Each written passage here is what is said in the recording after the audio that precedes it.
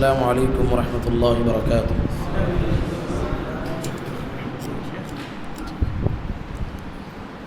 الحمد للہ رب العالمین والصلاة والسلام على اشرف الانبیاء والمرسلین وعلى آلہ واصحابہ اجمعین وعلى من تبعهم بإحسان الى یوم الدین، اما بعد۔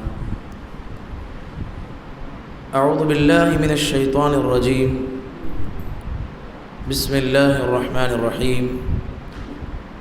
حافظوا علی الصلاة والصلاة الوسطی وقوموا للہ قانتین۔ معزز حاضرین مجلس اور پردہ نشین خواتین اسلام،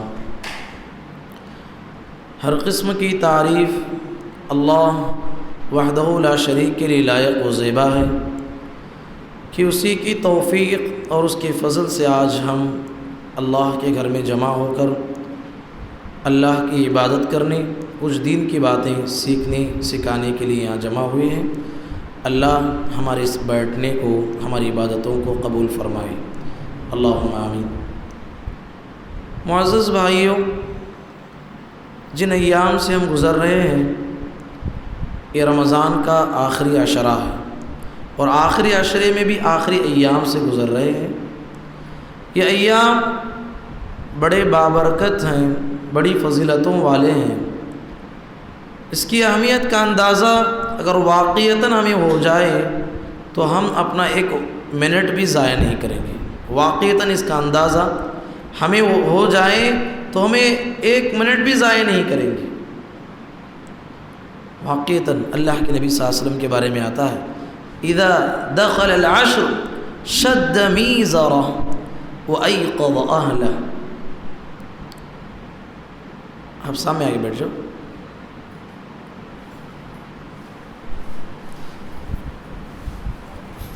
آپ سامنے آ جائیے، آپس میں بات کریں گے تو میں پوائنٹس یاد کر کے آؤں، کچھ بولنا ہے بول کے آپ بات کریں گے تو یہ پورے پوائنٹس بھول جاؤں گا۔ تو اللہ کے نبی صلی اللہ علیہ وسلم کے بارے میں آتا ہے کہ جب آخری عشرے میں داخل ہو جاتے تو نبی صلی اللہ علیہ وسلم اپنی کمر کو کس لیتے تھے۔ مطلب یہ ہے کہ ریڈی ہو جاتے تھے، تیار ہو جاتے، وایقظ اہلہ، اپنے گھر والوں کو سونے نہیں دیتے۔ جاگو جاگو، یہ سونے کے ایام نہیں ہے۔ اور ایسے میں انہیں انفرادی طور پر عبادت کرنے کا حکم دیتے تھے۔ تو اس لحاظ سے ہمارے لیے عزت ضروری ہے کہ یہ ایام ہمیں کثرت سے اس میں اللہ کی عبادت کرنی، ذکر سے اپنی زبان کو تر رکھنے کی کوشش کریں گے انشاءاللہ۔ اپنی زبان کو ذکر سے تر رکھنا، وقت کو ضائع نہیں کرنا۔ اب اس میں آخری عشرہ سب محترم ہے، 5 راتوں میں سے ایک رات رکھ دی گئی ہے لیلۃ القدر۔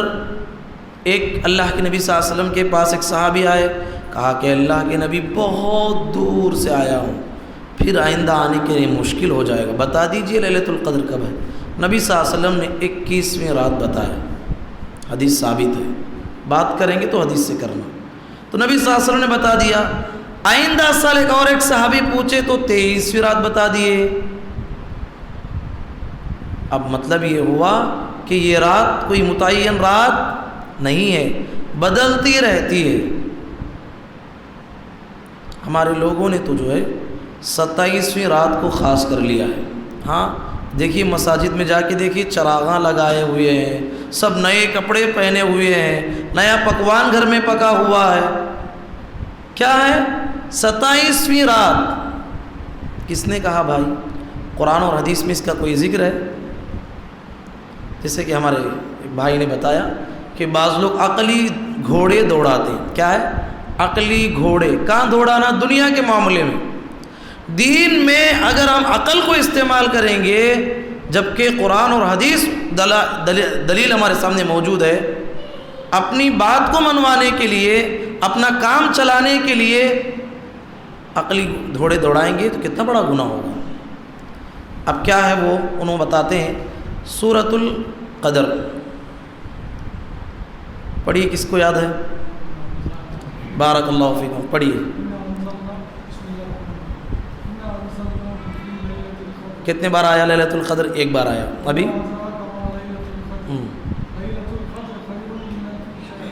جی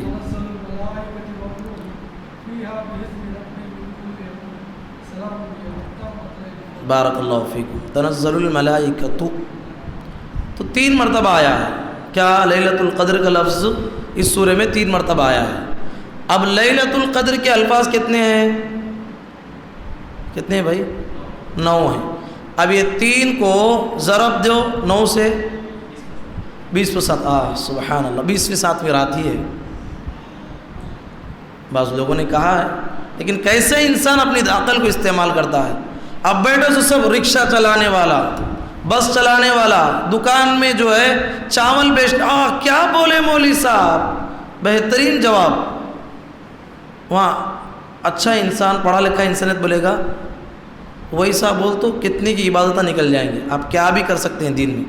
ایسا قرآن و حدیث میں کہیں بتایا گیا 3 کو 9 سے ضرب دو، جو آئے گا وہی عمل کرو؟ ایسا نہیں ہے۔ اگر ویسا ہوتا تو 21ویں رات کیوں بتاتے؟ حضرت انیس رضی اللہ عنہ کو نبی کریم صلی اللہ علیہ وسلم اور ایک صحابی آئے ان کو 23ویں رات کیوں بتاتے؟ ایسا ہے حدیث میں، اللہ کے نبی صلی اللہ علیہ وسلم نے کہا کہ لیلۃ القدر ڈھونڈو، 5 طاق راتوں میں سے ایک رات میں ضرور وہ ملنے والی ہے۔ لیکن نبی صلی اللہ علیہ وسلم کا معمول تھا آخری کے 10 دن بھی جاگتے تھے نبی کریم صلی اللہ علیہ وسلم، تو کوئی متعین تعداد نہیں ہے۔ قرآن پورا پڑھیے، حدیث کا پورا ذخیرہ پڑھیے، کہیں بھی جو ہے یہ بتایا نہیں گیا ہے کہ فلاں رات ہی آپ کو ملنے والی ہے۔ نبی کریم صلی اللہ علیہ وسلم نے کہا کہ مجھے وہ رات بتا دی گئی، صحیح بات ہی ہے، مجھے وہ رات بتا دی گئی۔ اب میں وہ علم لے کے آ رہا تھا بتانے کے لیے صحابہ کو، راستے میں دیکھا کہ 2 آدمی لڑ رہے ہیں، لڑائی ہو رہی ہے۔ وہ لڑائی جھگڑا کتنا ناپسند ہے اسلام میں، جا کے لڑائی کو ختم کیے، دونوں میں اصلاح کیے، پھر سوچے تو بھلا دی گئی۔ اللہ نے جو ہے اس کا علم اٹھا لیا، کہا کہ محمد آپ جائیے اپنی امت کے لوگوں سے کہیے کہ یہ رات جو ہے رمضان کے آخری عشرے کے طاق راتوں میں ڈھونڈنے کے لیے آپ کی امت کو کہیے، 5 میں سے ایک تو رہے گی۔ کتنی بد نصیبی ہمارے لیے، کتنے لوگ ہیں پورا سال سوتے ہیں، شادی ہے گھر میں پوری رات جاگتے ہیں، کوئی بڑا ہمارے گھر میں پروگرام ہے پوری رات جاگتے ہیں۔ یہ 5 رات جاگنا نہیں ہوتا، اس میں کتنے ہزار بہانے ڈالتے ہیں۔ اللہ کے لیے جاگنا ہے اور اس میں کثرت سے اذکار کرنا ہے۔ راجح بات، صحیح بات یہی ہے کہ علماء نے، جید علماء نے بیان کیا ہے لیلۃ القدر میں اس طریقے سے اسٹیج ڈالنا، لوگوں میں جو ہے بیانات کرنا، گھنٹوں گھنٹوں بیانات کرنا، یہ بھی صحیح نہیں ہے۔ یہ رات کثرت سے ہمیں کیا کرنے کا حکم دیا گیا؟ حضرت عائشہ رضی اللہ عنہا نے نبی کریم صلی اللہ علیہ وسلم سے پوچھا، اللہ کے نبی وہ رات میں پاؤں تو کروں کیا؟ نبی کریم صلی اللہ علیہ وسلم نے کیا سکھایا؟ اے عائشہ پڑھو، کیا پڑھو؟ اللہم انک عفو تحب العفو فاعف عنا، یہ پڑھنے کا حکم دیا گیا۔ تو ہمیں اب ہم جو بیان رکھتے ہیں، کچھ دین کی باتیں کرتے ہیں، ایک حدیث سے بھی ہمیں ملتا ہے کہ بسا اوقات نبی کریم صلی اللہ علیہ وسلم صحابہ جمع ہوتے، خطبہ دیتے تھے۔ اب اس کا ہم دلیل لیتے ہوئے اب اجتماع جمع ہوا ہے، کچھ دین کے مسائل جو نماز کے تعلق رکھتے ہیں، کوئی اہم مسائل جو ہماری زندگی سے تعلق رکھتے ہیں، ایک آدھا گھنٹہ بیان کرنے میں علماء نے اجازت دی، کوئی حرج نہیں ہے۔ بات سمجھ میں آتی ہے؟ یہ تو ہمارا کثرت سے عمل کیا ہونا ہے، کثرت سے نفل نمازیں پڑھیے، کثرت سے ذکر و اذکار کیجئے، کثرت سے جو استغفار اللہ سے کیجئے، کثرت سے زیادہ اپنی زبان پہ اس دعا کا ورد کرتے رہیے۔ اس میں سے ایک رات بھی مل جائے تو ہم نجات پا جائیں گے۔ ہم میں کیا ہے، بس مخصوص وقت میں جب عبادت کا وقت لگایا گیا ہے اس میں عبادت کر لیے، رات شروع سے مغرب کے بعد سے شروع ہوتی ہے، وقت ضائع، 3 بجے کے بعد وقت ضائع، ایسا ہے؟ پوری رات عبادت کرنا۔ سلام ہی حتی مطلع الفجر، کیا مطلب ہے؟ یہ رات سلامتی والی 3 بجے ختم نہیں ہوتی ہے، فجر کے طلوع ہونے تک رہتی ہے، آپ کو اس وقت تک جاگنا ہے۔ اس وقت تک عبادت کرنا ہے. کریں گے انشاءاللہ. ابھی چند ایام باقی رہ گئے ہیں. اس میں کثرت سے جو ہے اللہ سے توبہ کریں, استغفار کریں. ہم نے جیسے کہ پہلے ہی آپ سے کہا تھا کہ کچھ ہم سال کے شروع سے جو آپ کے سامنے دروس رکھیں اس میں سے کچھ سوالات آپ سے کریں گے انشاءاللہ. ابھی 3-4 سوالات میں کرنے والا ہوں. کون زیادہ جوابات دیں گے وہ انعام کا مستحق ہوگا. انعام کب ملے گا؟ اس کے وقت میں ملے گا, لیکن انعام ملے گا. لیکن جواب چاہیے مجھے. تیار ہیں جو ریگولر آتے ہیں؟ انشاءاللہ. کروں سوال؟ کل کے درس میں ہم نے پڑھا تھا جبرائیل علیہ الصلاۃ والسلام کس صحابی کی شکل میں آیا کرتے تھے؟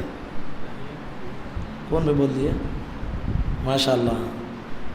اور کوئی بولیں گے؟ سب بھی شامل ہیں اس میں. پورا ایبسینٹ ہے. اب آصف, مبارک, ہاں بولتے ہیں کیا کی؟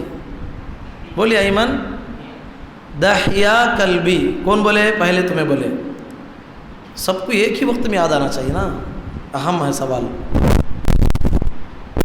نبی صلی اللہ علیہ وسلم نے ایک صحابی سے کہا اطب مطعمک یستجاب لک. کہا اپنی روزی روٹی کو پاک رکھو تمہاری دعا قبول ہوگی. کون بولیں گے؟ نام آپ. روزی روٹی کو پاک رکھو تمہاری دعا قبول ہو جائے گی. کنفیوز کر لے رہے آدھا منٹ. آپ رکیے, ان لوگوں کو سوال کرنا اس لیے کہ جو ہے بڑے سو یہ آدھا ہو جائے گا. کتنے نام یاد ہے؟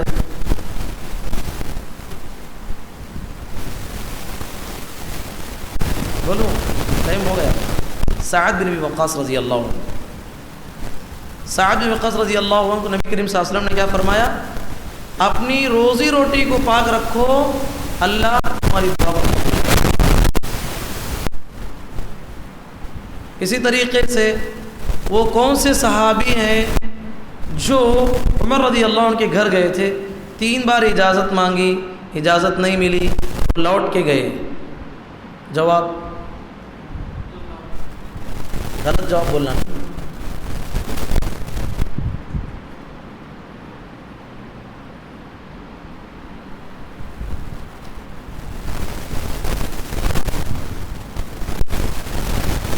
اسٹارٹنگ ہے بولنا.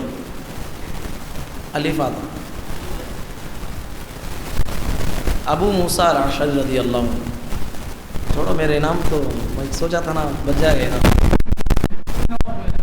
ہاں, کتنے دن میں کتنے نمازیں فرض ہے؟ میں آپشن دوں؟ اس میں آپشن کہاں ہے؟ ڈائریکٹ بول دیے 5 بول کے. یہ جو بھی سوالات ہیں میں آپ کو یاد کرایا ہوں پہلے. نبی کریم صلی اللہ علیہ وسلم ایک صحابی کو نصیحت کیے, کھانا کھاؤ تو ہمیشہ سیدھے ہاتھ سے کھاؤ, کھانے سے پہلے کیا پڑھو؟ بسم اللہ پڑھو. تمہارے سامنے جو کھانا ہے وہ کھاؤ. کون بولیں گے؟ بارک اللہ فیک. ابھی کون بولیں گے؟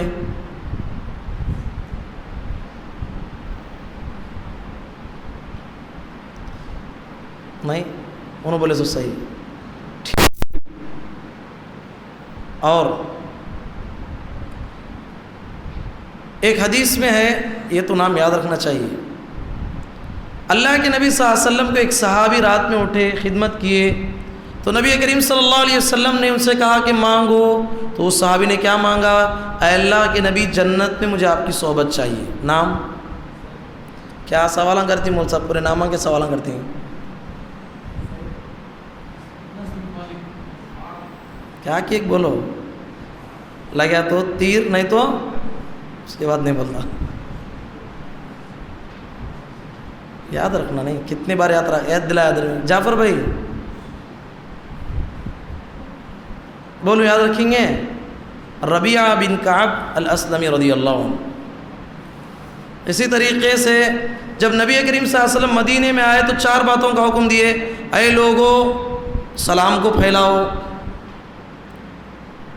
لوگوں کو کھانا کھلاؤ، رشتہ داری کو قائم کرو، رات میں نماز پڑھو، جنت میں امن کے ساتھ داخل ہو جاؤ۔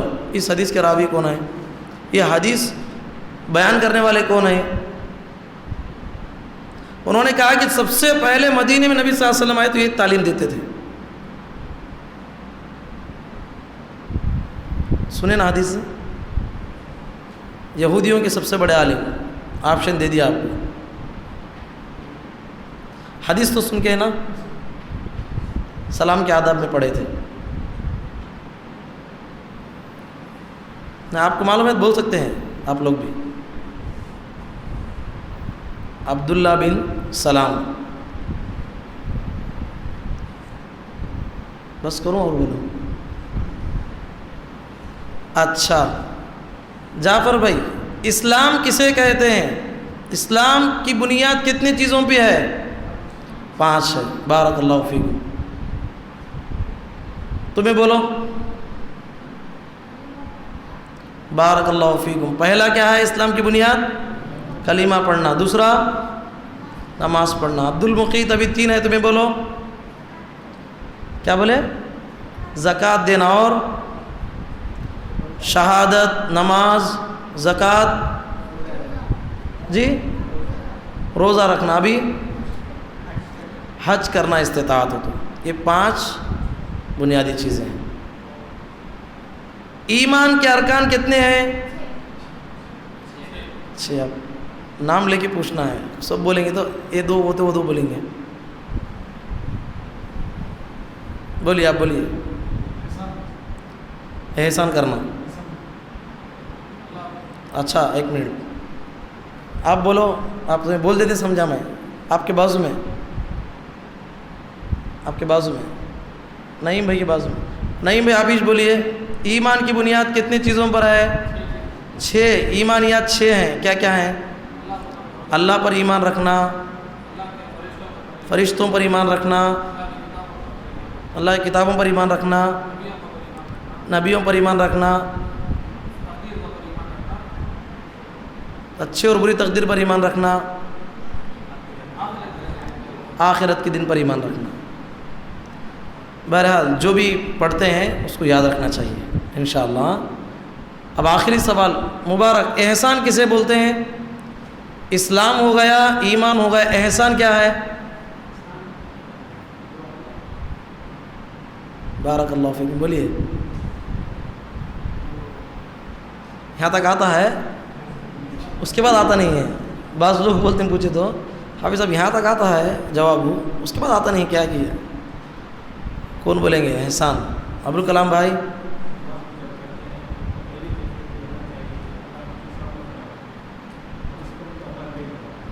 ایک بات چھوڑ رہے ہیں آپ، بولیے مدبر بھائی۔ ہاں یہ بات چھوٹی۔ پہلی کیفیت کیا ہے؟ ایسا کرنا کہ ہم اللہ کو دیکھ رہے ہیں۔ اگر وہ بھی کیفیت نہیں پیدا ہوئی تو اللہ تو ہمیں دیکھتا ہی، تو لانا ہی ہے۔ یہ چند سوالات تھے، مکمل جوابات آپ نہیں دے سکے، انشاءاللہ پھر جو ہے آپ پڑھ کے آئیے۔ اللہ تعالی ہم تمام کو جو کچھ پڑھے ہیں اس کو یاد رکھنے کی توفیق نصیب کریں، آمین۔ معزز بھائیو، کل کے درس میں ہم نے نماز کے تعلق سے بہت ساری باتیں ہم نے جان لی تھی۔ نماز اسلام کے بنیادی ارکان میں سے ایک رکن ہے۔ جب اسلام آیا تو مشرکین ہر طریقے سے نبی کریم صلی اللہ علیہ وسلم کو، صحابہ کو ستانے لگے۔ اللہ تعالیٰ نے 3 کام کرنے کا حکم دیا، 3 کام۔ اے نبی، ان کی دشمنی، ان کی مکاریاں، ان کی عیاریاں، ان کی جو کچھ پلاننگ ہے وہ ہونے دو، وہ اللہ دیکھنے والا ہے۔ تمہیں کرنا کیا ہے؟ 3 کام۔ قم اللیل الا قلیلا نصفہ او انقص منہ قلیلا او زد علیہ ورتل القرآن ترتیلا۔ کہا کہ رات میں اٹھ کے اللہ سے اپنے تعلق کو مضبوط کیجیے۔ جو قوم اللہ سے اپنے تعلق کو مضبوط کرے گی تو کوئی قوم اسے مٹا سکتی ہے؟ نہیں ہے۔ دوسری تعلیم دی گئی، ورتل القرآن ترتیلا، قرآن کو ٹہر ٹہر کر پڑھیے۔ 2 سہارے، تیسرا سہارا اذکر اسم ربک وتبتل الیہ تبتیلا، اللہ کا دنیا سے کٹ کے اللہ کا جو ہے ذکر اپنی زبان پہ جاری رکھیے. یہ تین تمہاری جو ہے ہمت ہے، تمہارا حوصلہ ہے، اس کو اپنائیں گے تو دشمنوں کے مقابلے میں اللہ تعالیٰ آپ کے لیے کافی ہو جائے گا. تین چیزیں اپنانا ہے. آج بھی مسلمان فلاں یہ ہوا، فلاں یہ ہوا، فلاں دشمن ہے، دشمن کے مقابلے میں اللہ ہے جو پوری کائنات کا رب العالمین ہے. ہمیں اس سے اپنے تعلق کو مضبوط کر لیں گے، یہ سارے مسائل وہ حل کرنے والا ہے. کیا کرنا؟ پہلا کام تہجد کا اہتمام کرنا ہے. دوسرا کام قرآن کو کثرت سے پڑھنا ہے. تیسرا کام ذکر کرنا ہے. یہاں سنا ہے سب بھی؟ تیسرا کام کیا کرنا ہے؟ ذکر کرنا ہے. یہ تین کام کریں گے تو اللہ کی مدد آئے گی. اب دیکھیے ہمارا تعلق اور نبی صلی اللہ علیہ وسلم کا تعلق اللہ سے کیسے مضبوط تھا. ایک حدیث اب ذرا غور کیجیے اس پہ. مستشرقین نے جو اس حدیث پہ اعتراض کیا ہے وہ ایک نادان لوگ ہیں. جب حدیث صحیح روایت ہمارے پاس آتی ہے تو مانتے ہیں. اب یہ حدیث کیا ہے؟ ایک مرتبہ حذیفہ بن یمان رضی اللہ عنہ، یہ کون ہے صحابی؟ کوئی بولیں گے؟ حذیفہ بن یمان. کتنے ناموں بولے تھے مولوی صاحب؟ اس میں سے کنفیوز کر کے چھوڑتے ہیں. بارک اللہ فیکم. رازدار صحابی، نبی صلی اللہ علیہ وسلم کا جو بھی راز ہوتا تھا نبی صلی اللہ علیہ وسلم کسے بتاتے تھے؟ حذیفہ بن یمان کو بتاتے تھے. نبی صلی اللہ علیہ وسلم کی وفات کے بعد عمر بن خطاب رضی اللہ عنہ حذیفہ بن یمان سے پرسنل مل کے پوچھا، اے حذیفہ، اللہ کے نبی نے جو منافقین کی جو لسٹ تمہیں دی ہے کہیں اس میں تو میرا نام نہیں ہے؟ اللہ، کیا معمولی بات نہیں ہے. عمر رضی اللہ عنہ ڈرتے تھے کہیں میرا نام منافقین میں سے تو نہیں ہے. اپنے ایمان کی حفاظت کے لیے ایک مرتبہ بلا کے پوچھ لیے، خلیفہ ہے نا وہ تو بول دے، کہا کہ تمہارا نام نہیں ہے.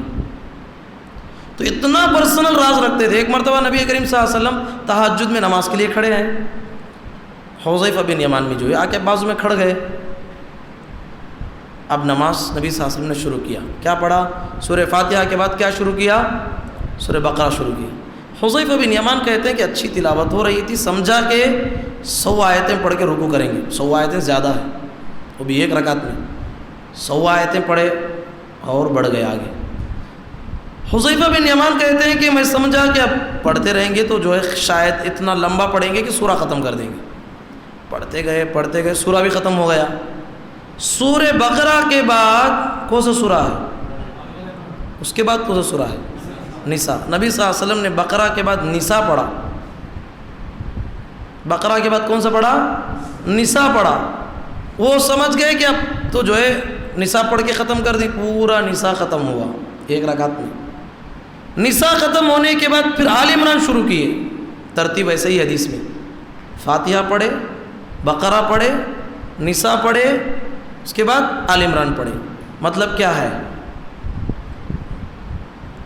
نماز میں ترتیب، اگر کوئی امام جو ہے آیت سورت جو ہے پہلے کی بعد میں دوسرا بات پڑھائے تو کوئی حرج نہیں ہے. علماء نے کہا کہ نفل نماز میں آپ پڑھ رہے ہیں، کوئی حرج کی بات نہیں ہے. یہ ترتیب جو ہے بعد میں رکھے گی. تو نبی کریم صلی اللہ علیہ وسلم نے ترتیب بدل کے پڑھا. بقرہ، نساء، آل عمران، 3 سورے ختم کیے. 3 سورے 1.25 پارے پہ مشتمل ہیں. ایک رکعت میں 5.25 پارے، اتنی لمبی رکعت. اس کے بعد کہتے ہیں اتنی لمبی رکعت پڑھے میں سوچا بھی نہیں تھا. بازو میں کھڑ گئے، اب توڑ کے تو نہیں جا سکتے نماز. رکوع میں گئے، حدیث میں آتا فَكَانَ رُكُوعُهُ قَرِيبًا مِّن قِيَامِهِ، کہ آپ کا رکوع بھی قریب جو ہے قیام کے قریب تھا. اتنا لمبا رکوع کیا. پھر سجدے میں گئے، آپ کا سجدہ قریب رکوع کے برابر تھا. اللہ اکبر. آپ سوچے ہوں گے اتنا لمبا کیسے ہوا؟ حدیث میں آتا ہے کہ جو خالی بقرہ، نساء، آل عمران جو پڑھے، صرف پڑھتے ہوئے نہیں کہ جیسے ہم پڑھتے ہیں جہاں جنت کی آئے تو رک گئے، اللہ سے جنت کو مانگا. جہاں جہنم کی آئے رک گئے، جہنم سے اللہ سے پناہ مانگتے. ایسا سمجھ کے پڑھتے گئے. ایک رکعت. اب یہ نہیں بولنا ایک رکعت اتنی لمبی ہے تو 8 رکعت ایسے ہی تھے کیا؟ ایسا حدیث میں ہے. ایک رکعت کا ذکر ہے، اس کے بعد جو ہے ہلکی رکعتیں ہوئی ہوں گی۔ تو بتایا گیا کہ ایک رکعت اتنی لمبی تھی۔ اب اس میں ایک بات، میں راز کی بات بتانا چاہتا ہوں کہ جس آدمی کا تعلق اللہ سے جب مضبوط ہو جاتا ہے تو اللہ کی عبادت کرنے میں اسے مزہ ملتا ہے۔ جیسے ہم فلم دیکھتے ہیں، دنیا کا کوئی چیز دیکھتے ہو، ہمیں ایک جو ہے لذت ملتی ہے، دیکھتے گھنٹوں گھنٹوں دیکھتے رہ جاتے ہیں، یہ ہماری کیفیت اللہ میں حفاظت فرمائے۔ لیکن صحابہ اور نبی صلی اللہ علیہ وسلم کیسے تھے؟ انہیں خالی وقت ملتا تو عبادت میں لگا دیتے تھے، عبادت میں۔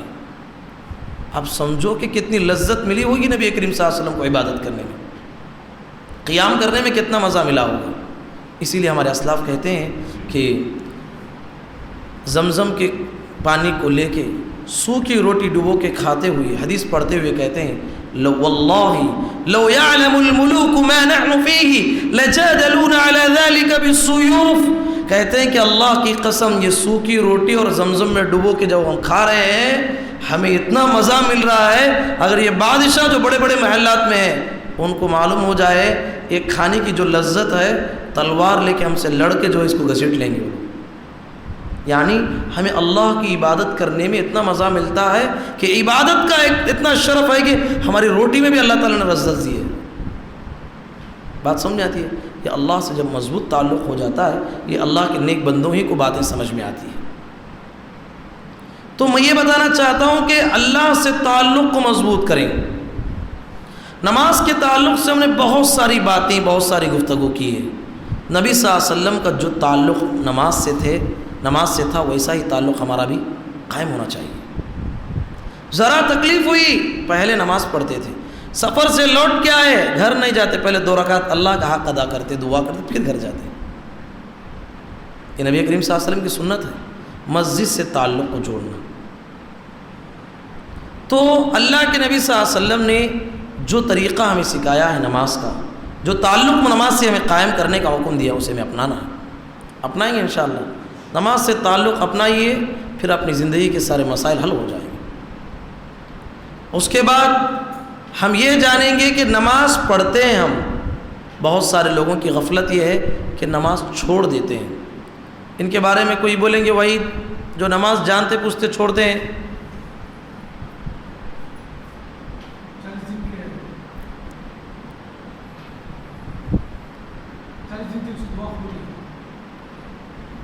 نہیں ایسا کیا بیچ نہ بولا نا بھائی، 40 دن دعا قبول نہیں ہونے کا کیا بیچ بولا نا حدیث سے میں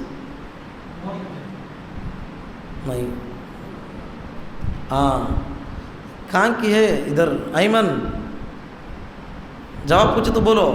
ان بین الرجل وبین الشرک والکفر ترک الصلاۃ، ایک مسلمان اور کافر کے درمیان فرق کرنے والی چیز کون سی ہے؟ نماز۔ جو جانتے پوچھتے چھوڑتا ہے وہ کافر ہو جاتا ہے، علماء نے بیان کیا ہے۔ تو نماز چھوٹ سکتی ہے بھولے سے، نیند لگ گئی یہ الگ بات ہے، آپ سے چھوٹ گئی یہ الگ بات ہے، لیکن جانتے پوچھتے نماز کو چھوڑتا ہے تو ایک بہت بڑا کبیرہ گناہ کیا اس نے۔ ایک بہت سارے لوگوں کی ایسی زندگی ہے، ایسی زندگی ہی نہیں جس میں بندگی نہ ہو، وہ زندگی ہی نہیں جس میں بندگی نہ ہو۔ اب بعض لوگ پڑھتے بھی ہیں تو اس میں جو ہے بہت سارے لوگ غلطیاں کرتے ہیں نماز کے پڑھنے میں، جس کا جاننا میرے لیے اور آپ کے لیے واجب ہے۔ آئیے چند غلطیاں ہیں جس کو ہم جانتے ہیں نماز کیسے پڑھنا ہے۔ نماز کا سفر شروع ہوتا ہے، کل ہم نے معلوم کیا، ایک نماز کتنے فائدے، بے شمار فائدے پڑے ہمیں۔ ایک وضو کریں گے، وضو کے کتنے فائدے بولیے،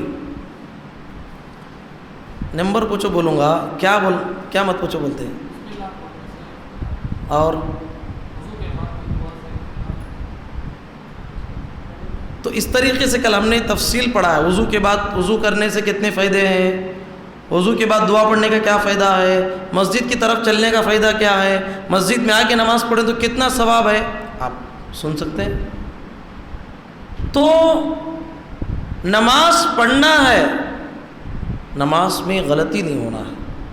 اللہ کے نبی صلی اللہ علیہ وسلم بیٹھے ہیں، ایک صحابی آئے نماز پڑھے، نبی صلی اللہ علیہ وسلم نماز پڑھنے کے بعد سلام کیے، کہا کہ ارجع فصلی فإنک لم تصلی، کہا کہ جاؤ تم نے نماز پڑھا ہی نہیں۔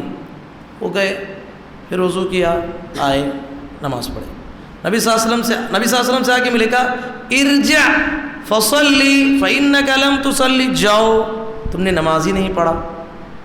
گئے، پھر تیسری بار نماز پڑھا، ارجع فصلی فإنک لم تصلی، جاؤ تم نے نماز ہی نہیں پڑھا۔ صحابی نے کہا اللہ کے نبی بس 3 بار کوشش کیا، کیا غلطی کرتا ہوں مجھے خود نہیں معلوم ہے۔ تو نبی کریم صلی اللہ علیہ وسلم نے اس صحابی کو نماز کا طریقہ سکھایا۔ سیکھیں گے انشاءاللہ، یہ طریقہ ہمیں اپنانا ہے۔ نبی کریم صلی اللہ علیہ وسلم نے انہیں سکھایا۔ غلطی کیا ہو رہی تھی؟ جلدی پڑھ رہے تھے۔ کھانا کیسے کھاتے بھائی؟ چاپ کش نہ کھاتے؟ کھانا زیادہ بریانی چمچے سے ڈالتے ہیں؟ سچ نہیں نا؟ کھانا ہے تو جلدی کھاتے ہیں۔ کھانا بھی انسان چاپ کے کھاتا ہے، اللہ کی عبادت ایسا پڑھے تو اللہ قبول کرے گا۔ ایک کام کرنے کا حکم دیے تمہیں، کوئی کام جلدی میں خراب کر دیا، اب کیا کریں گے؟ کیا بھائی اتنی جلدی ضرورت کیا ہے تمہیں کرنے کی؟ دھیرے سے کرو، بولیں گے عبادت ہے یہ، آپ کو اطمینان سے کرنا ہے۔ اللہ کے نبی صلی اللہ علیہ وسلم نے طریقہ سکھایا، نماز میں رکوع اطمینان سے کرو، سجدہ اطمینان سے کرو۔ تو نماز کا سفر شروع ہوتا ہے وضو سے۔ وضو ہمارا صحیح ہونا، وضو صحیح نہیں نماز قبول نہیں۔ پہلی چیز کیا ہے؟ وضو صحیح رہنا۔ غور سے سن لیجیے، بہت سارے لوگ وضو کرتے ہیں، بات کرتے ہیں، کیا بھائی پوری دنیا کی باتیں وضو خانے پہ، وضو کر لیے، انہیں خود نہیں معلوم کیسا وضو کریں۔ نماز کے وضو کے بعد دعا بھی پڑھتے نہیں۔ اللہ کے نبی صلی اللہ علیہ وسلم نے دیکھا کہ بعض صحابہ وضو کیے ہیں، درہم کے برابر پیروں ایڑی میں سوکھا ہوا ہے۔ کیا ہے؟ درہم کے برابر ایڑی میں سوکھا ہوا ہے۔ نبی صلی اللہ علیہ وسلم نے کہا کہ جاؤ سرے سے وضو کرو۔ ایسا نہیں کہ جہاں سوکھا ہے وہاں کچا کر لیا ہے، نہیں ہے، آپ کو اسٹارٹنگ سے وضو کرنا ہے۔ وضو کرو، پھر آگے نماز پڑھنے کا حکم دیا۔ تو وضو کرتے ہوئے اعضائے وضو کو اچھی طریقے سے دھونا کی نہیں، ذرا بھی چھوٹ گیا تو نماز نہیں ہوتی، وضو ہی نہیں ہوتا۔ اس لیے اللہ کے نبی صلی اللہ علیہ وسلم نے وعید بھی سناتے ہوئے کہا وَيْلٌ لِّلْأَعْقَابِ مِنَ النَّارِ، یہ ایڑیاں جو سوکھے رکھے ہیں وضو کے بعد ان کے لیے جہنم کی آگ کی وعید ہے۔ اللہ اکبر، کتنی بڑی بات ہے۔ وضو کرتے ہوئے آپ کو طریقے سے کرنا ہے۔ وضو سے پہلے کیا پڑھنا؟ بسم اللہ پڑھنا، بسم اللہ الرحمن الرحیم پڑھنا، بسم اللہ جتنا حدیث میں سکھایا گیا اتنا پڑھنا۔ کیا پڑھنا؟ بسم اللہ۔ اب بسم اللہ کہہ کے وضو کر رہے ہیں تو حدیث میں بتایا گیا ہے یہاں اچھی طریقے سے رگڑ کے اپنے آپ کو دھونا ہے۔ ایسا نہیں کہ آپ دھو لیے، اس کو آپ کو ملنا ہے، اسے دلک کہتے ہیں عربی زبان میں۔ آپ کو اچھی طریقے سے آپ کو جو ہے جوڑوں میں سوکھا نہیں رہنا ہے، اچھی طریقے سے آپ کو جو ہے یہاں تک آپ کو دھونا ہے۔ کتنے کے اندر؟ 3 بار کے اندر ہو جانا۔ دھویا تو دھوئے سگاش نہیں، مولوی صاحب 3 بار میں چہرہ بھکتاش نہیں نا، 3 بار میں بھکتا نہیں، 6 بار ڈالے تو بھی بھکتا نہیں میرا۔ کیا کرو تمہیں؟ وضو سے پہلے اچھی طریقے سے منہ دھو لو۔ آپ کو 3 بار میں ہو جاتا ہے، طریقے سے کرے تو ہو جاتا ہے۔ جس کو ہو جاتا ہے اس کے پاس طریقہ سیکھ لینا ہے۔ جس کو نہیں ہوتا ہے، 3 بار میں سیکھے نہیں ہے، تو پہلے اپنے چہرے کو دھو لے اچھی طریقے سے، اس کے بعد وضو کرے۔ 3 بار سے اگر دھوئے گا کوئی، نبی صلی اللہ علیہ وسلم نے کہا اس نے سرکشی کی ہے، اس نے ظلم کیا ہے، اس نے بڑا گناہ کیا ہے۔ 3-4 باتیں فرمائی، پانی کو ضائع کر دیا اس نے۔ 3 کے اندر ہو جانا، ہاں یہ جائز ہے۔ آپ چہرے کو 3 بار میں دھو لیے، ہاتھ 1 بار میں ہو جا رہا ہے، ٹھیک ہے، 3 سے بڑھنا نہیں، ٹھیک ہے۔ ہاتھ اچھی طریقے سے دھو لیے، کلی کر رہے ہیں۔ اللہ کے نبی صلی اللہ علیہ وسلم کا کثرت سے عمل کیا ہے؟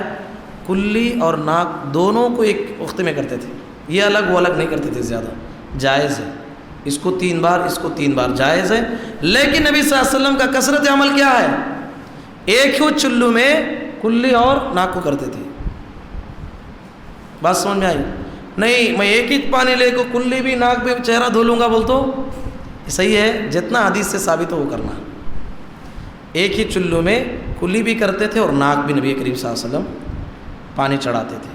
اور ناک کو خاص کر کے نبی صلی اللہ علیہ وسلم نے چھنکنے کا حکم دیا ہے, جھاڑنے کا حکم دیا ہے. کہا کہ خصوصاً فجر میں شیطان فإن الشیطان یبیت علی خیشومہ, شیطان انسان کے ناک کے بانسے میں رات گزارتا ہے. اچھا جھاڑنے کا حکم دیا ناک کو. تو وضو میں آپ ہاتھ دھو لیے, کلی اور ناک کو صاف کیا. چہرے کا اچھی طریقے سے چہرے کو دھونا ہے. داڑھی ہے تو داڑھی میں خلال کرنا ہے, جڑوں تک پانی پہنچنا ہے. اب ہاتھ دھو رہے ہیں مولوی صاحب, یہاں تک ٹی شرٹ ہے وہ چڑھتا ہی نہیں اوپر, ٹی شرٹ یہاں تک ہے, ابا ایسا ہی دلائے چڑھتا ہی نہیں اوپر. ایسا ٹی شرٹ پہننا ہے؟ ٹی شرٹ اور کوئی کپڑے پہنتے ہیں آپ اسلامی طریقے سے ایسے پہننا ہے کہ ڈھیلے ڈھالے کپڑے پہننا ہے. اللہ کے نبی نے سختی سے منع کیا ہے کہ آدمی ایسے کپڑے پہنتا ہے کہ اس کا پورا جسم نظر آتا ہے.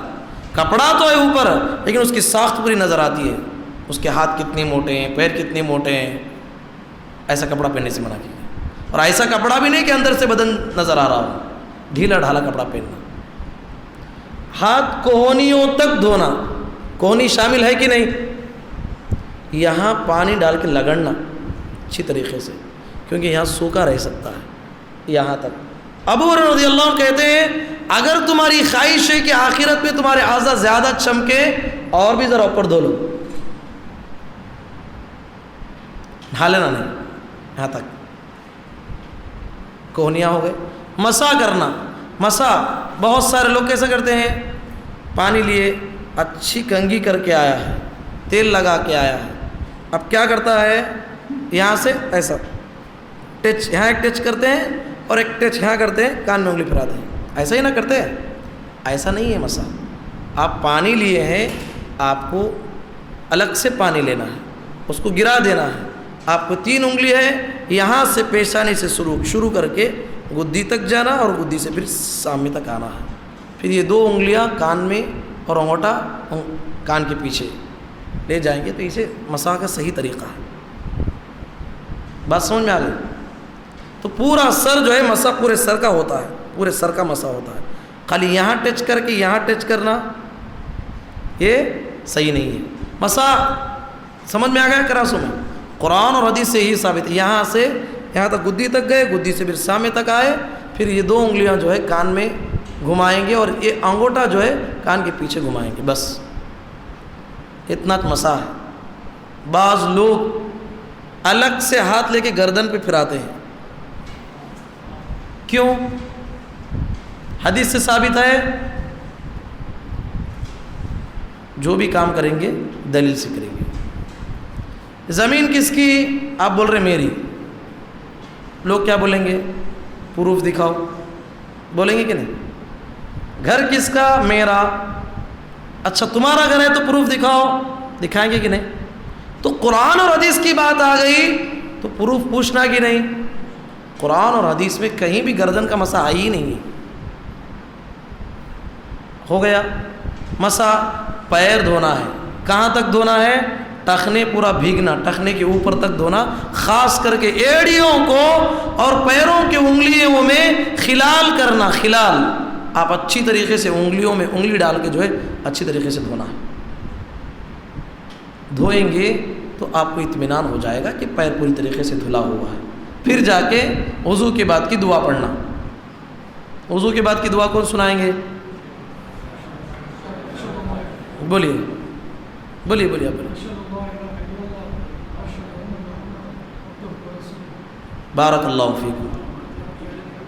اللہم اجعلنی من التوابین وجعلنی من المتطہرین. کتنی پیاری دعا ہے یہ. اگر کوئی پڑھتا ہے اس کے بعد انگلی اٹھانے کا ہے, قرآن و حدیث سے ثابت نہیں ہے.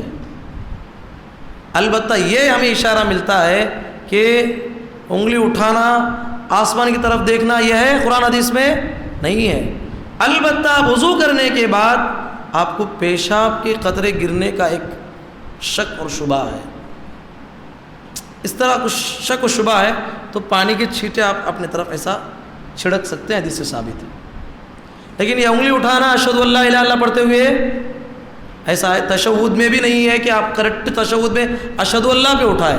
آپ تو اتحیات شروع سے آپ کو انگلی حرکت دینا ہے، آخر تک آپ کو حرکت دینا ہے. بعض لوگ اشہد اللہ پہ انگلی اٹھاتے ہیں، یہ گواہی دیتے ہیں کہ اللہ ایک ہے، یہ وہاں پر نہیں پہنچا گیا آپ. تو وضو میں وضو کے بعد کی دعا پڑھ لیے تو فضیلت کیا ہے؟ آصف تمہیں بولو مبارک.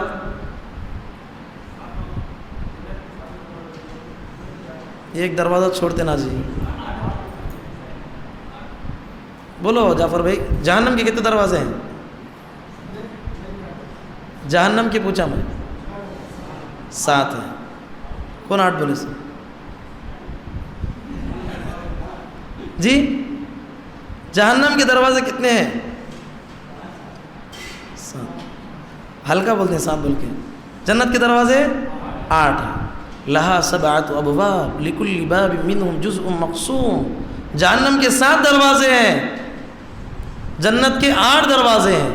تو اللہ کے نبی صلی اللہ علیہ وسلم کہتے ہیں جو بندہ اچھی طریقے سے وضو کیا اور دعا پڑھ لیا تو جنت کے 8 دروازے کھلتے ہیں. اللہ اکبر. کہا کہ جنت کے 8 دروازوں میں سے جس سے چاہے داخل ہو جائے. تو وضو مکمل ہوا، مسجد میں آئے تو اطمینان سے نماز پڑھنا ہے. کیسے پڑھنا ہے؟ اطمینان سے نماز پڑھنا. نبی صلی اللہ علیہ وسلم نے اس نماز کو نقرۃ الغراب کہا. حدیث میں آپ چیک کیجئے جا کے، نقرۃ الغراب کسے کہتے ہیں؟ کوے کا ٹھونگ مارنا. کوا دانا چنتا ہے نا، کتنا جلدی مارتا ہے؟ 1 سیکنڈ میں مار کے اٹھاتا ہے. تو کہا کہ کوے کی طرح ٹھونگ مارنے سے اللہ کے نبی صلی اللہ علیہ وسلم نے منع کیا.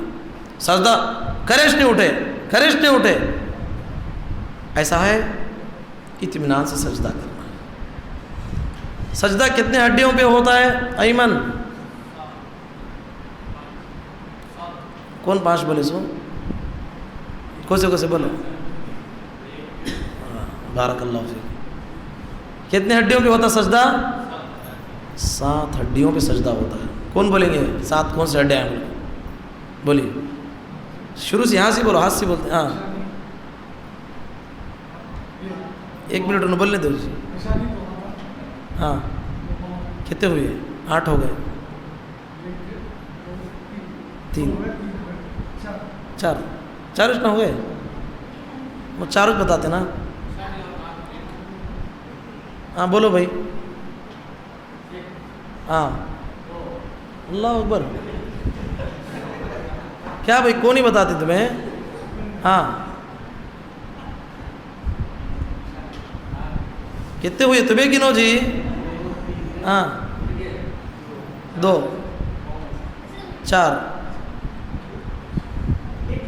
ابھی 3 کہاں؟ دیکھیے 7 ہڈیوں پہ سجدہ ہوتا ہے. یہ دونوں کو علماء نے بیان کیا. 1 کتنے ہیں؟ 1 ہی ہے. یہ 2 3 گھٹنے 4 5 2 پیرا 7. بارک اللہ فیکم. تو 7 ہڈیوں پہ سجدہ ہوتا. نبی صلی اللہ علیہ وسلم نے کہا اگر کوئی بندہ کسی گناہ کی وجہ سے جہنم میں بھی چلا گیا، اعضائے سجود کو جہنم کی آگ نہیں چھوئے گی. جہنم کی آگ نہیں چھوئے گی. تو 7 ہڈیوں پہ سجدہ ہونا، یہ کونی لگانا ہے سجدے میں نہیں ہے، کونی اوپر رکھنا ہے. تو اس طریقے سے نماز میں ہونے والی غلطی، جلدی نماز پڑھنے سے منع کیا گیا. نماز میں ہونے والی ایک بڑی غلطی کیا ہے؟ بہت سارے مسجدوں میں بہت سارے عورتیں، بہت سارے لوگ مسجد میں آتے ہیں، کہتے ہیں میں فلاں مسجد میں فلاں امام کے پیچھے، منہ میرا کعبہ شریف کی طرف، واسطے اللہ کے 2 رکعت نفل نماز پڑھنے جا رہا ہوں. یہ بھی بولنا ہوں، مسجد کا نام بھی بولنا، مسجد کا جو نام ہے وہ بھی بولنا، ایڈریس بولنا، پورا گلی کا ایڈریس. یہ کیا ہے؟ نیت ہر کام کے لیے ضروری ہے، لیکن آپ اگر قرآن اور حدیث جانتے، عربی جانتے ہیں، نیت کسے کہتے ہیں؟ بارک اللہ فیکم، نیت کسے کہتے ہیں جاوید بھائی؟ نیت،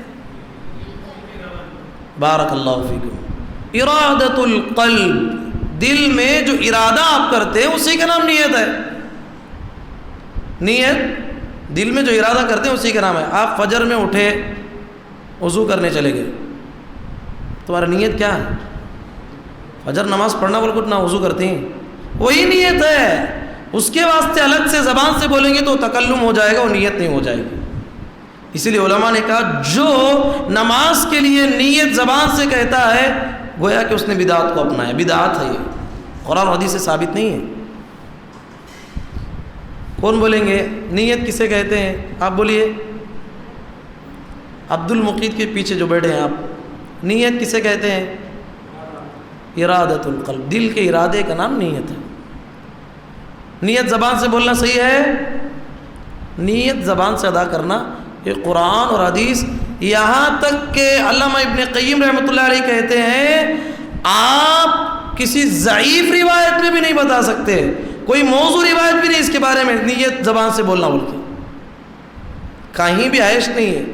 آج کے لوگوں نے جو ہے اس کو جو ہے چلایا ہے۔ اب لوگ تحقیق کے بغیر اتنا بولتے ہیں، اللہ کو اتنا بولنے کی ضرورت نہیں ہے کہ فلاں مسجد میں فلاں امام کے پیچھے واسطے اللہ کہ یہ نماز پڑھ رہا ہوں، وہ نماز پڑھ رہا ہوں، یہ ضرورت نہیں ہے۔ آپ کی نیت اللہ جانتا ہے۔ بات سمجھ میں آئی؟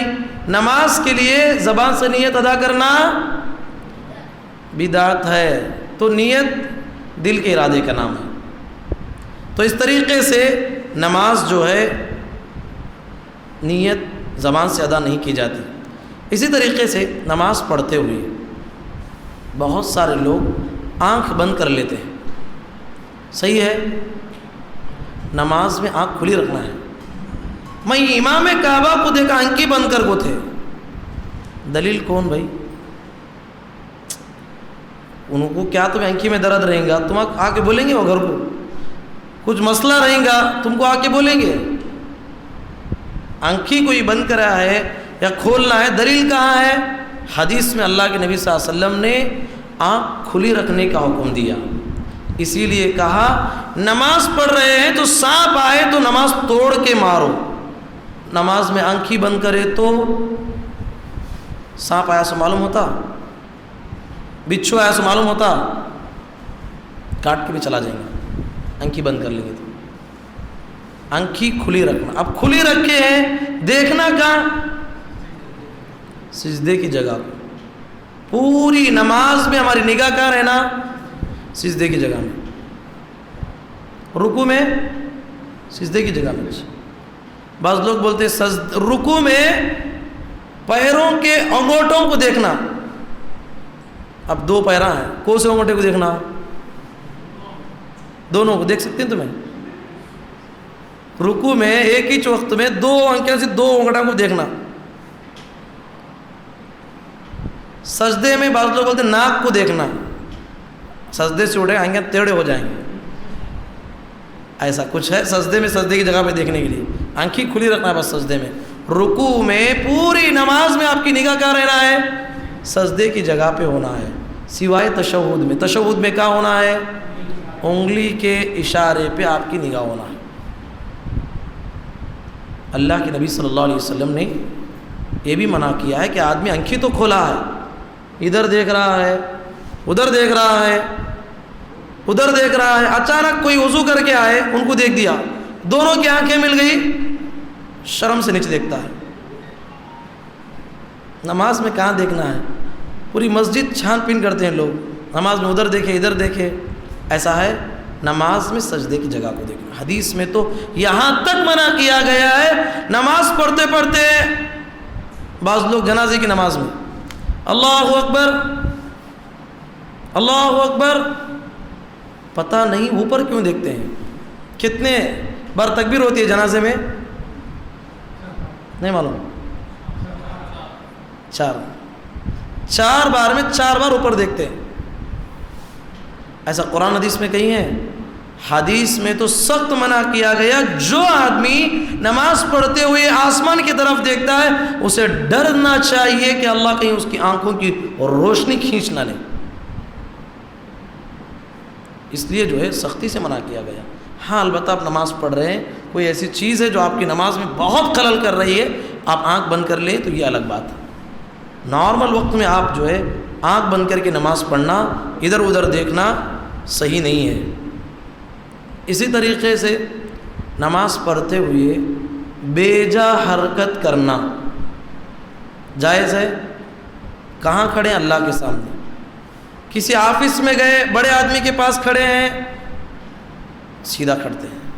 آپ کو کھجلی ہوئی تو بھی سیدھا کھڑتے ہیں، کیوں؟ وہ تو بڑا آفیسر ہے، وہ بے ادب سمجھ جائے گا۔ اللہ کے سامنے کھڑے ہیں، سر کھجا رہا ہے، جتنی کھجلی ہے پوری نماز میں آ جاتی ہے۔ جوائی نماز میں نماز پڑھ رہا ہے، مچھر کو مارے تک چھوڑتا نہیں۔ کتنے لوگ ہیں مچھر کا بدلہ نماز میں لیتے ہیں نماز میں ہی مچھر کو جب تک نہیں مارتے ان کی جو ہے سانس اطمینان کی نہیں ہوتی ہے۔ صحابہ کی نماز کیسی تھی، سبحان اللہ۔ عباد بن بشر رضی اللہ عنہ نماز پڑھ رہے تھے کہ نبی صلی اللہ علیہ وسلم نے جو ہے انہیں یہ بنایا تھا، رات میں صحابہ کی حفاظت کرنے کی ذمہ داری دی تھی۔ عمار بن یاسر رضی اللہ عنہ، عباد بن بشر رضی اللہ عنہ نماز پڑھ رہے تھے، دور سے دشمن تیر چھوڑا، 1 تیر 2 تیر 3 تیر بھی چلی جائے تو نماز کو مجبوراً ختم کرنا پڑا، اس لیے کہ ذمہ داری دی گئی تھی۔ عمار بن یاسر سے کہا کہ عمار بن یاسر، ایسا مزہ مل رہا تھا قرآن پڑھنے میں اور ایسی جو ہے لذت مل رہی تھی کہ دل چاہ رہا تھا کہ جان بھی چلے جائے پڑھتا ہی رہوں، لیکن مجھے اللہ کے نبی نے ذمہ داری دی، اس لیے میں نے نماز کو جلدی ختم کیا ہے۔ یہ کیفیت صحابہ کی، اور ہماری کیفیت نماز میں بے جا حرکت کرنا صحیح نہیں ہے میرے بھائی۔ بعض حرکتیں جائز ہیں، نماز ہو رہی ہے، موبائل شروع ہو گیا، حافظ صاحب نے کہا ہے کہ نماز میں حرکت نہیں کرنا، اب موبائل کا رنگ ٹون بج رہا ہے، امام صاحب کوسی رکعت میں بھول گئے، کیا پڑھتے ہیں بھول گئے، پورے مسجد کے مصلیوں کی دماغ کا رجحان اس میوزک پہ چلا گیا، جب تک سلام نہیں پھرتے تب تک وہ رنگ ہوتا ہی ہے۔ صحیح ہے، نماز میں یہاں پر علماء نے بیان کیا واجب ہے، آپ کو مستحب نے، واجب ہے پہلی فرصت میں اپنے فون کو بند کریں، کیونکہ سارے نمازیوں کے خلل کا ذریعہ بن رہا ہے۔ نبی صلی اللہ علیہ وسلم نے نماز میں منکر کو دیکھا تو روکا، نبی صلی اللہ علیہ وسلم اس سے پہلے دلیل دیا تھا، کوئی بولیں گے؟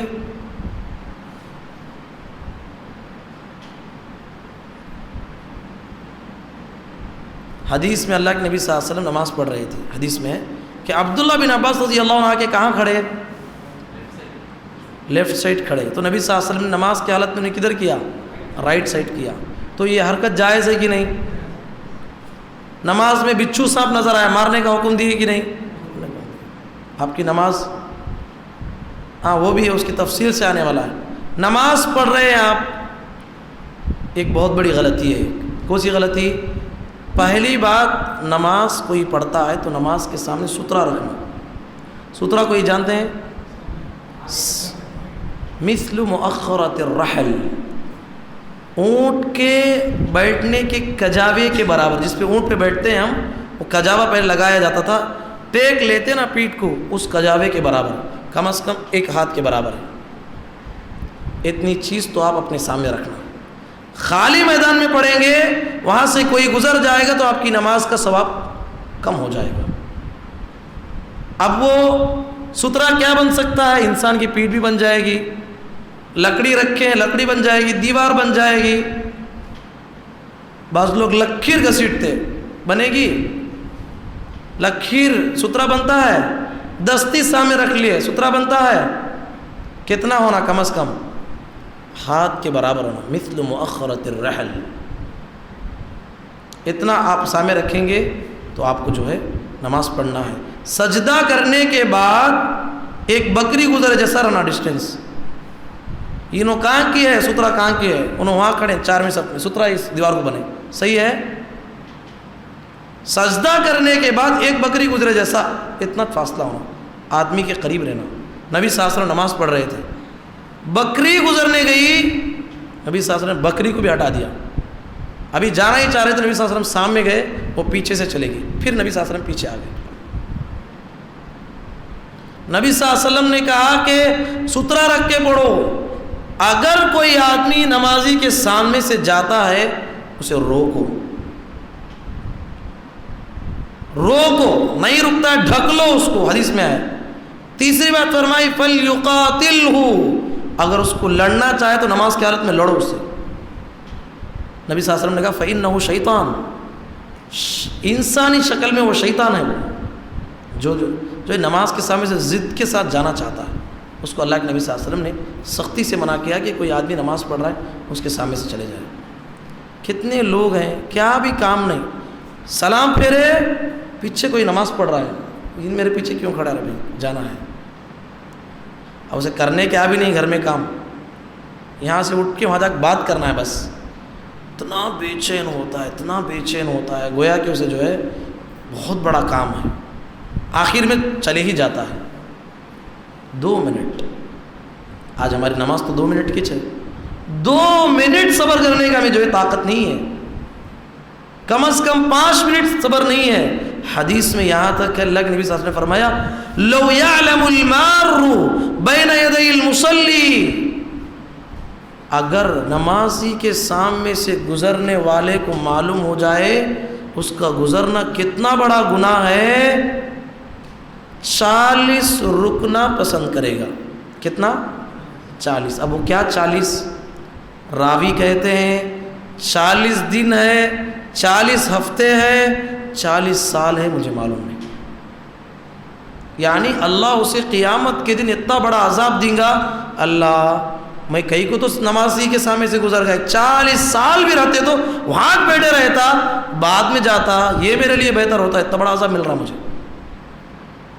بات سمجھ میں آ گئی؟ تو نمازی کے سامنے سے جانا صحیح ہے.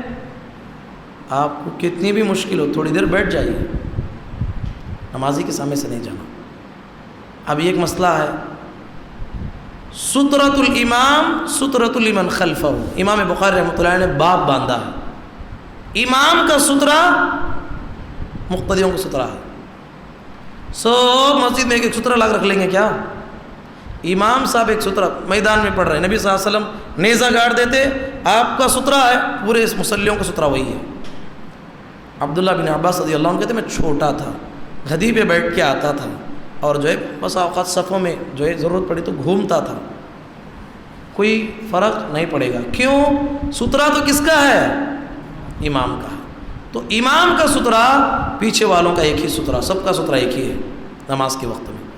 تو یہ چند باتیں تھیں, آپ کو میں ابتدا میں بھی کہا تھا کہ یہ رات زیادہ سے زیادہ ہمیں ذکر کرنا ہے, نماز کے زیادہ سے زیادہ نماز پڑھنا ہے, ذکر و اذکار کرنا ہے, اس کا ہمیں ضرور خیال کرنے کی کوشش کریں. مزید باتیں, بہت ساری باتیں ہیں جو نماز کے تعلق سے بڑی بڑی غلطیاں ہیں جو ہم کرتے ہیں اور ہمارے بزرگ کرتے ہیں, ان کو جاننا نہ صرف ضروری ہے بلکہ واجب ہے. انشاءاللہ ہمارے ساتھ رہیے, ضرور تفصیل سے ہم انشاءاللہ اگلے درس میں آپ کے سامنے نماز میں ہونے والی غلطیوں کو ذکر کریں گے. اللہ تعالیٰ سے دعا ہے اللہ تعالیٰ کہنے والے اور سننے والوں کو, پروردگار ہم تمام کو جو کچھ ہم قرآن و حدیث کی باتیں سیکھ رہے ہیں اس پہ عمل کرنے کی توفیق نصیب فرما. اللہم آمین. وآخر دعوانا الحمدللہ رب العالمین. سبحانک اللہم وبحمدک اشہد ان لا الہ الا انت استغفرک واتوب الیک. السلام علیکم ورحمۃ اللہ وبرکاتہ. حی علی الفلاح.